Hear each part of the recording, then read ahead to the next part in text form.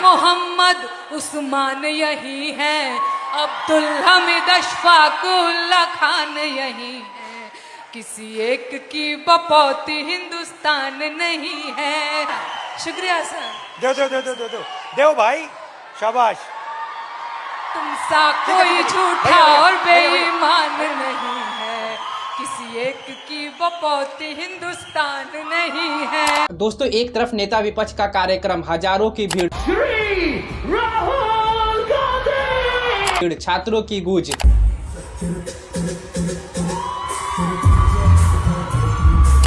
लड़कियों की तालियां, और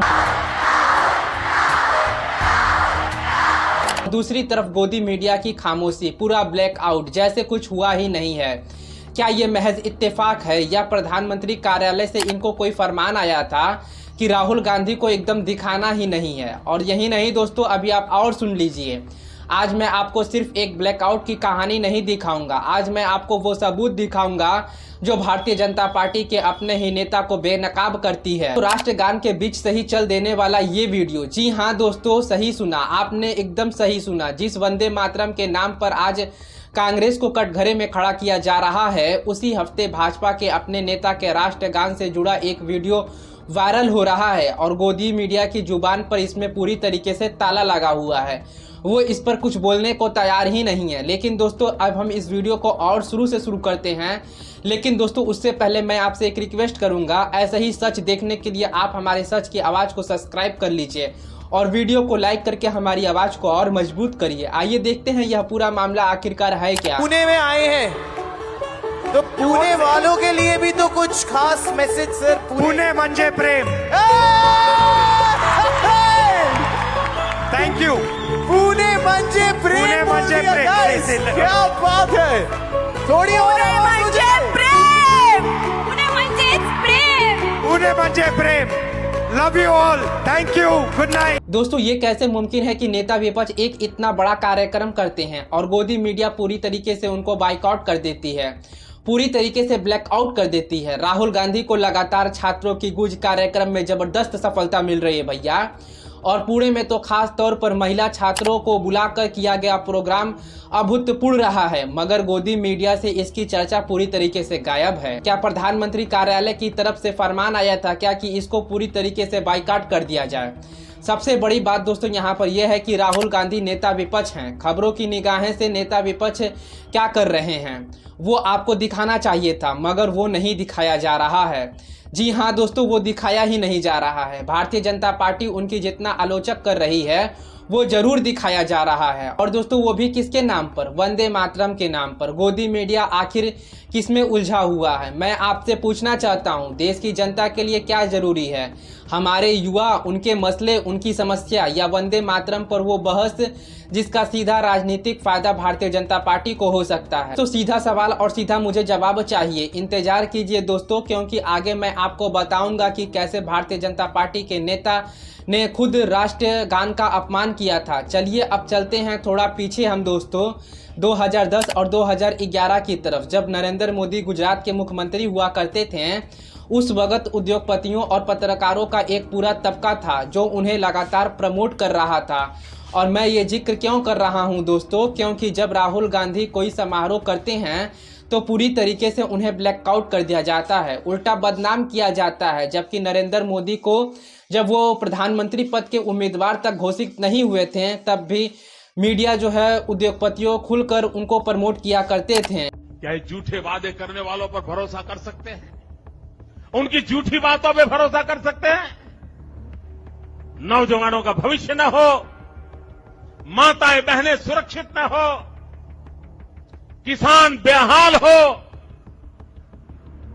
और फिर भी उनकी वोट मांगने की हिम्मत कैसे होती है? मुझे तो यही ताज्जुब होता है। दोस्तों, यही बुनियादी फर्क है। गोदी मीडिया की बेशर्मी देखिए। पापा की परी वंदे मातरम क्यों गाते थे मुसलमान? वंदे मातरम पर दंगल, जिन्ना वाला एंगल। भैया जिन्ना तो कब के गुजर गए हैं। जिन्ना वो हैं जिनके साथ भारतीय जनता पार्टी के वैचारिक पूर्वज यानी हिंद महासभा के 3 जगह मिलकर सरकार बनाई थी। जिन्ना वो हैं जिनके साथ कदम से कदम मिलाकर आरएसएस भारत छोड़ो आंदोलन के विरोध में खड़ा हुआ था। High training, free coaching, anti reform जैसी हेडलाइन छापी जा रही है। जब भारतीय जनता पार्टी के नेता उल्टे सीधे बात करते हैं, विपक्ष को दहशतगर्द की बी टीम कहते हैं, तो क्या गूगल का प्रोग्राम चलता है? जब कंगना रंगावत जैन जी को गटर जनरेशन कहती हैं, तो क्या गूगल का प्रोग्राम चलता है? जब नितिन नवीन विपक्ष को वायरस बताते हैं, तो क्या गूगल का प्रोग्राम चलता है? मगर राहुल गांधी को छात्रों की गूंज प्रोग्राम नहीं साहब नहीं, ये पूरी तरीके से गायब था। और एक और हेडिंग देख लीजिए, वंदे मातरम पर अपने ही जाल में फंस गई कांग्रेस।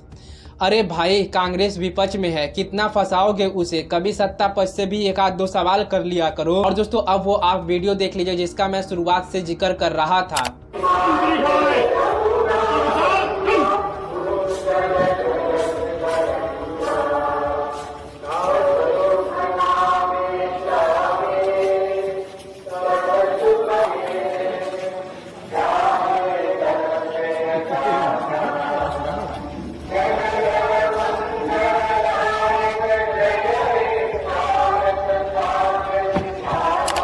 राष्ट्रगान पूरा होने से पहले चल पड़े यूपी विधानसभा स्पीकर सतीश महान, जो भाजपा के नेता भी हैं। वीडियो वायरल हुआ। मैं यहाँ ये दावा नहीं कर रहा कि उन्होंने जानबूझकर राष्ट्रगान का अपमान किया है, क्योंकि दोस्तों अब तक सतीश महान की तरफ से कोई सफाई नहीं आई है। मगर सवाल ये है कि जो पूरी गोदी मीडिया और पूरा भारतीय जनता पार्टी वंदे मातरम के अपमान पर कांग्रेस को घेर रहा है, क्या उन्हें ये वाला वीडियो नहीं दिखा था क्या? आप खुद इस वीडियो को देखिए। राष्ट्रगान चल रहा है, वे सलामी ले रहे हैं, अचानक मुड़ते हैं और चलना शुरू कर देते हैं। ये वीडियो न्यूज़ 24 के मुताबिक सच्चा है। और दोस्तों, सतीश महान अब तक खामोश हैं। मैं आप दर्शकों से सीधा सवाल पूछना चाहता हूं, क्या आप इसे राष्ट्रगान का अपमान मानते हैं या फिर नहीं मानते हैं? और अगर मानते हैं तो गोदी मीडिया इस पर चुप क्यों है?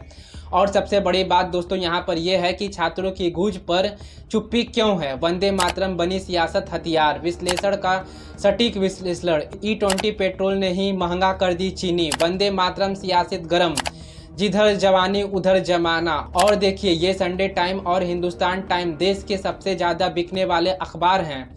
इनमें भी छात्रों की गूंज प्रोग्राम पूरी तरीके से नज़रअंदाज कर दिया गया है, पूरी तरीके से गायब कर दिया गया। मगर हाँ, भारतीय जनता पार्टी के नेताओं की प्रक्रिया गोदी मीडिया जरूर दिखा रही है। एक राजनीतिक दल का बयान देश की संसद से बड़ा नहीं होता। देश की संसद, देश की गरिमा, देश के संविधान और देश की जनता की संरक्षक है, उनकी आवाज है।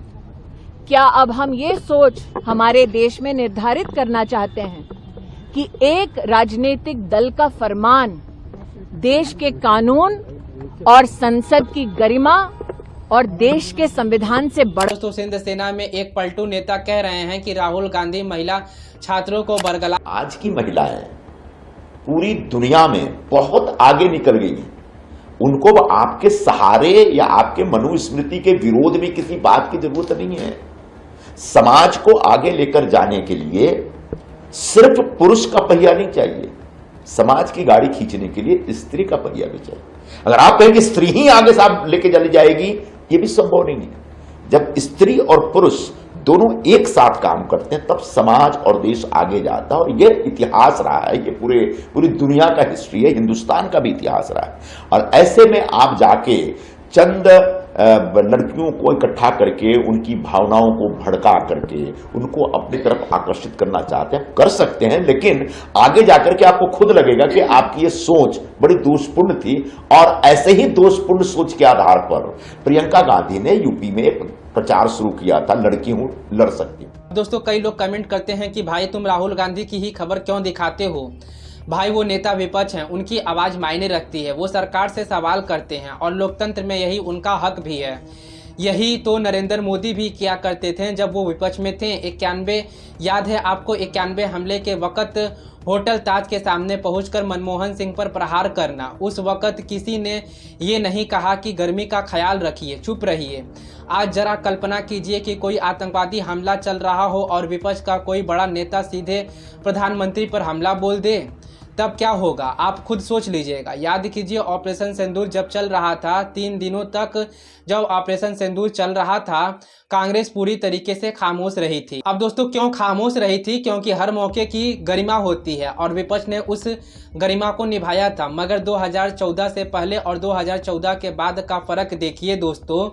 2014 से पहले विपक्ष कुछ भी कह सकता था और मीडिया उनकी आवाज़ बिना डरे दिखाती थी। सवाल पूछना विपक्ष का काम माना जाता था और उसे उसी नज़र से दिखाया भी जाता था। मगर आज हालत बदल चुकी है।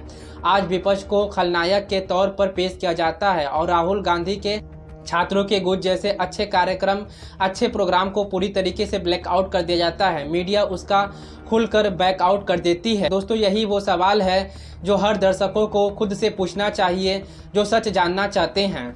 फ़र्क साफ है दोस्तों, नरेंद्र मोदी और राहुल गांधी के विपक्ष में होने का फ़र्क साफ दिखाई भी देता है।